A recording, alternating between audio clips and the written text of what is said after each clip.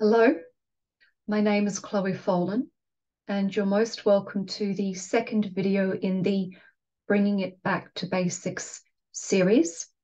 This is the second video, Bringing It Back to Basics Vision Boards. Some of what I'm about to share over vision boards, meaning there are 5 golden keys to working with vision boards properly and coherently. But a little bit about what I discussed in the first video, bringing it back to basics and affirmations. Some of what I discussed about affirmations does feed into vision boards, so you might want to watch that video first just to get some deep insight around that, and that will give you a lot more insight into what I'm about to discuss in this video. So I had actually planned this for while Scorpio was still the main constellation of influence, meaning energies pouring through the constellation Scorpio. Coming into the December full moon, in the lead up to the December full moon, where we have actually now moved into Sagittarius, meaning the energies of Sagittarius, the constellation Sagittarius backed by the sun, those are the energies now influencing. And the keynote of the energies pouring in from the constellation Sagittarius are lessons in focused vision and intention. And I will have a post about that will go up at the actual time of the December full moon, or at least the first day of the December full moon. So I thought it was more appropriate to create and share this video closer to the December full moon, meaning the energies, the keynote lessons in focused vision and intention. Very appropriate to be discussing the key points of vision boards with those types of energies pouring in and influencing, because as most people know, Sagittarius, it's the archer. And vision boards are a wonderful way to very gently maintain focus and really explore what you're focusing on and why. What I'm also about to discuss with vision boards is taught in my private course, Conscious Living, How to Anchor Thought Forms. That workshop is actually a fairly new private workshop that I facilitate, meaning I've been properly facilitating it in its current format since 2009. But that workshop was born out of other private workshops that I've been teaching for nearly a decade. And of course, I've been teaching vision boards and proper application of vision boards for just as long.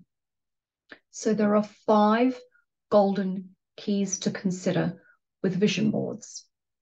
And the first golden key is the title.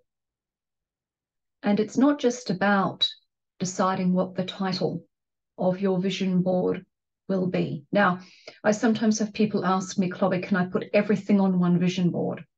Once again, that's creative license.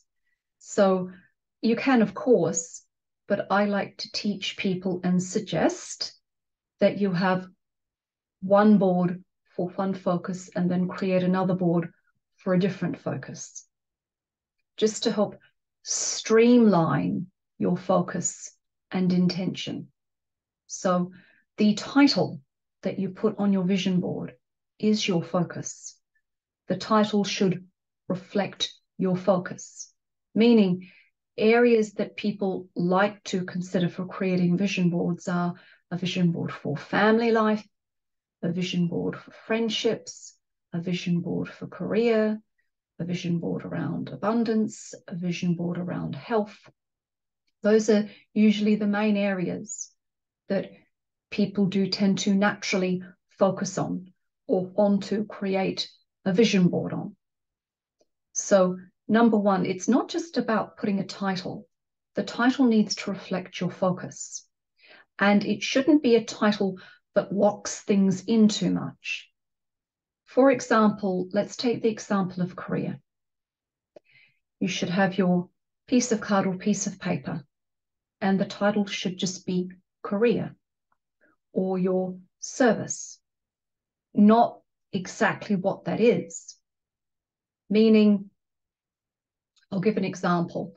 Let's just say someone does want to work in the corporate world.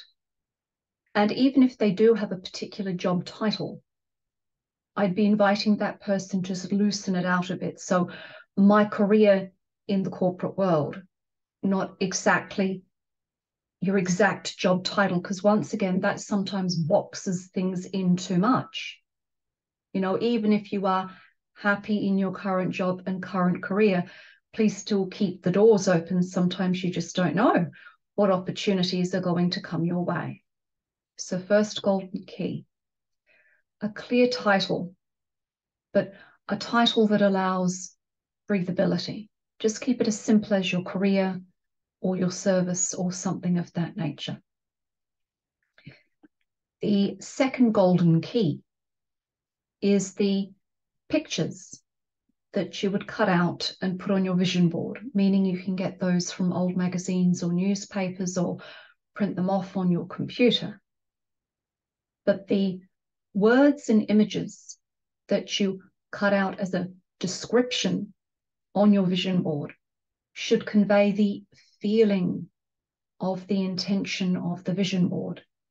So coming back to that example of someone creating a vision board around their corporate career, they would cut out pictures of what you do in that work, but nice pictures, you know.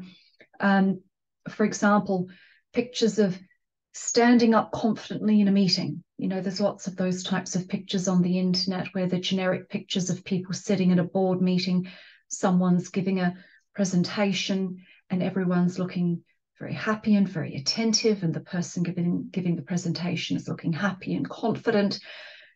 Cut out pictures like that, or cut out pictures of people having meetings where they're sitting up straight and listening to each other, and you know, it's looking very professional and everyone's looking very confident. So that's important. It's not just about, oh, well, that picture describes this or that word describes this. Make sure it does convey the feeling that you're building with your vision board. So do be selective about the pictures. When you go to cut out that picture, does it give you the feeling you want to bring into your career? Feeling is important. It's not just about analyzing your vision board. Your words and pictures should convey the feeling that you want to experience within what you're creating around your vision board. Same with words, and this crosses over with affirmations. With descriptive words, meaning coming back to that example of someone creating a vision board around their corporate career. Words that describe your job, so what you're doing. Successful meetings. Amazing feedback from my presentations. Well-received reports. Things of that nature. Anything that helpfully describes the work that you're doing in present tense, and as much as you want and as much as you like. Words, present tense, short, and conveying the tasks that you're experiencing within the career on your vision board. So good connections with colleagues, good connections if you're someone in the corporate world who has the job of training trainees within your corporation. Successful manager, successful trainer. Put that on the vision board as well. The third golden key is your finished vision board must illustrate the end outcome. Meaning, this is an area where people trip themselves up your vision board isn't meant to describe all the steps to getting to your end goal with your career. It's meant to just describe the feelings and words and descriptions of the end goal. And that brings me back to why I said keep the title open-ended and keep words descriptive of actions and tasks and pictures of the feeling that you want to experience within your work. But it should be, when you have your vision board fully created and finished, when you are looking at it, it should just illustrate the end outcome. Nothing on it over the steps in between.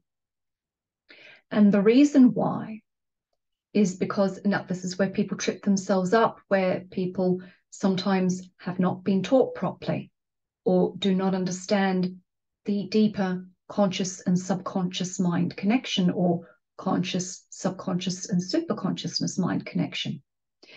If your vision board is overly focused on all the little steps, then you're telling yourself that those steps have to happen to get to where you want to go. And there might be something else that could transpire that you're not expecting. So this is where balance is key. Yes, you have to take practical steps to work your way up to your goals.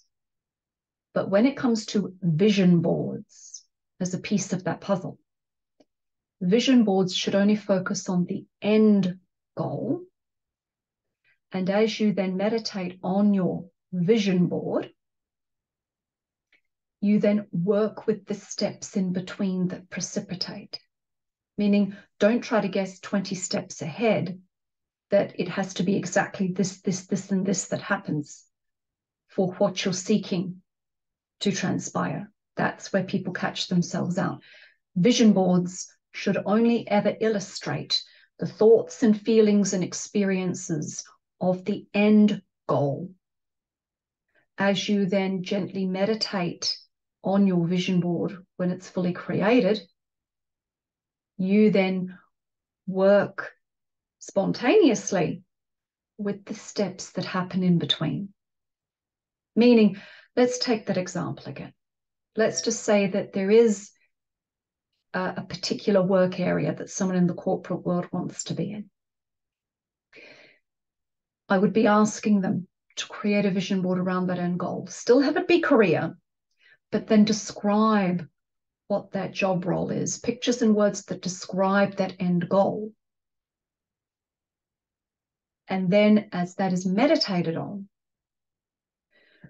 notice the promptings of what's occurring that will help you get there. Maybe as you're meditating on that vision board, all of a sudden a job interview will come up that you weren't expecting. That's then that step you take. Or you're meditating on the vision board and you hear through the grapevine a particular organization might be looking for people. Put in your CV. So that's what I mean. Don't try to guess every single little step. Have some idea about that, yes, for logic and rational application. But vision boards should only ever illustrate the end goal and end goal outcome. The last key is to place your vision board where you can see it when it's finished. So if you have a wall by your bed, stick it up above your bed where you can see it on the wall as you're going to sleep and first thing when you wake up in the morning, and just look at it. Don't like tensely think you've got to meditate on it. Nice and relaxed, look at the words, feel the images, immerse yourself in that occurring and that happening. Just think about it, gently feel it, just like a gentle daydream.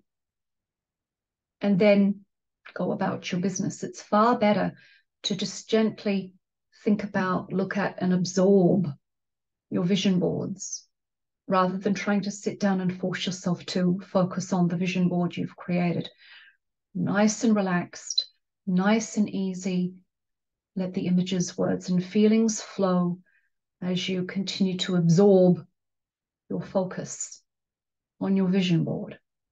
And just gently notice what little promptings and synchronicities may happen in between, because that'll help prompt you where you want to go. And please do keep in mind, some goals can take longer than others, depending on the goal you're working towards. So just to summarize, the 5 golden keys of vision boards are: clear title, pictures and words that describe the end goal. Key 3, any words on the vision board must be present tense and short. Step 4, the finished vision board should convey the thoughts, feelings, and images and experiences of the end goal only. And then the 5th key, to have your finished vision board where you will see it every day, and just to gently sit and think about, feel, and absorb that vision board, and notice what precipitates as you do that, what little promptings, what little gentle nudges for moving in certain directions you receive. And the other question I get asked then is, Chloe, should I, now that you're discussing this with me, should I adapt an older vision board that I have, or should I create one from scratch? My advice would be, if you've been working with a vision board for a while and you haven't really been gelling with it, I'd advise keeping it for records, because this is the other fun thing I like to ask people to do.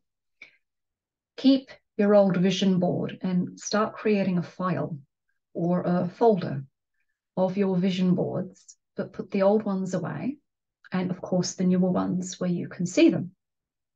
So for vision boards that you've been trying with for a while and it's not, keep it, store it to look back on, but then do create a new one.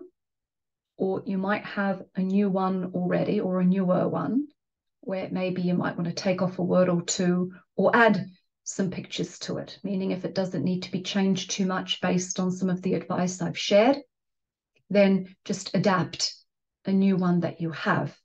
But here's the other key: have fun with this, please. Have fun with this, because the other way vision boards work, in the way I'm describing them, is because what people also don't realize, because once again, they're not taught this properly, is the act of getting the card, selecting the words, and selecting the pictures. How vision boards also work with the underbelly of what's going on as you're doing that is what you're physically doing, your physical activity of getting the card, printing the pictures, that's aligning and making you physically more conscious about what you want to focus on and why. When you're then carefully selecting the images that will go on your vision board and noticing the feeling, is the feeling right with the pictures, you are aligning your emotional body more consciously with your intention. And when you're then thinking about the words and where they'll go and putting the board all together, that's you aligning more consciously your mental body with the intention, the title of the vision board. And the more relaxed you are, and the more fun it is. This is play therapy for adults. The more relaxed you are and the more you allow this to be a fun, creative activity, the better this will seep in. And what I also love about teaching people vision boards this way is the other underbelly mechanics to this, is the act of sitting down and creating some space for yourself to create a vision board is giving yourself permission to hear yourself think. That's the other important factor here, and what I like to teach people. Before you sit down and just willy-nilly create a vision board, make sure you've actually sat down with looking at the title and what you want and why. Because that sometimes catches people out as well, meaning they just go, oh, I'll just create a vision board. But hang on. Is it what you really want? Is it what you really want to focus on? And is that something you do actually want to work towards? Meaning, when you sit down to create your vision board and you're thinking about the title, really do think about if it is something that you do wish to create, you do wish to co-create, and something you'd like to experience. The amount of times I've discussed this with people and someone's gone, oh, now that you've described it to me like that, I actually don't think I do want to do that. Where did that come from? The other gift in working with vision boards this way is you are giving yourself permission to sit down and think clearly. And your vision board then will more authentically reflect to you what you're seeking and why. Creating vision boards is nearly like creating an external map of yourself, an external compass of where you're seeking to go and why. And that in itself can be deeply healing to explore when you create some space for yourself to regulate your inner compass of what you're doing and why. And that in itself can be very healing too. On that note, I do believe that is all I wanted to share in relation to vision boards. So I do hope you've enjoyed my second video, bringing it back to basics, vision boards. I do hope, as always, it's been insightful and it's provided some good food for thought. And there will be some picture creations to share and some reels I will create about the 5 golden keys for vision boards as well. So please do keep an eye out for those as well. And as always, if there's any questions, please feel free to contact me through my website, www.chloefolan.com. And please do feel free to share this video and any information you find on this video with others. That would be greatly appreciated if you found the video insightful. 7 ray blessings to all.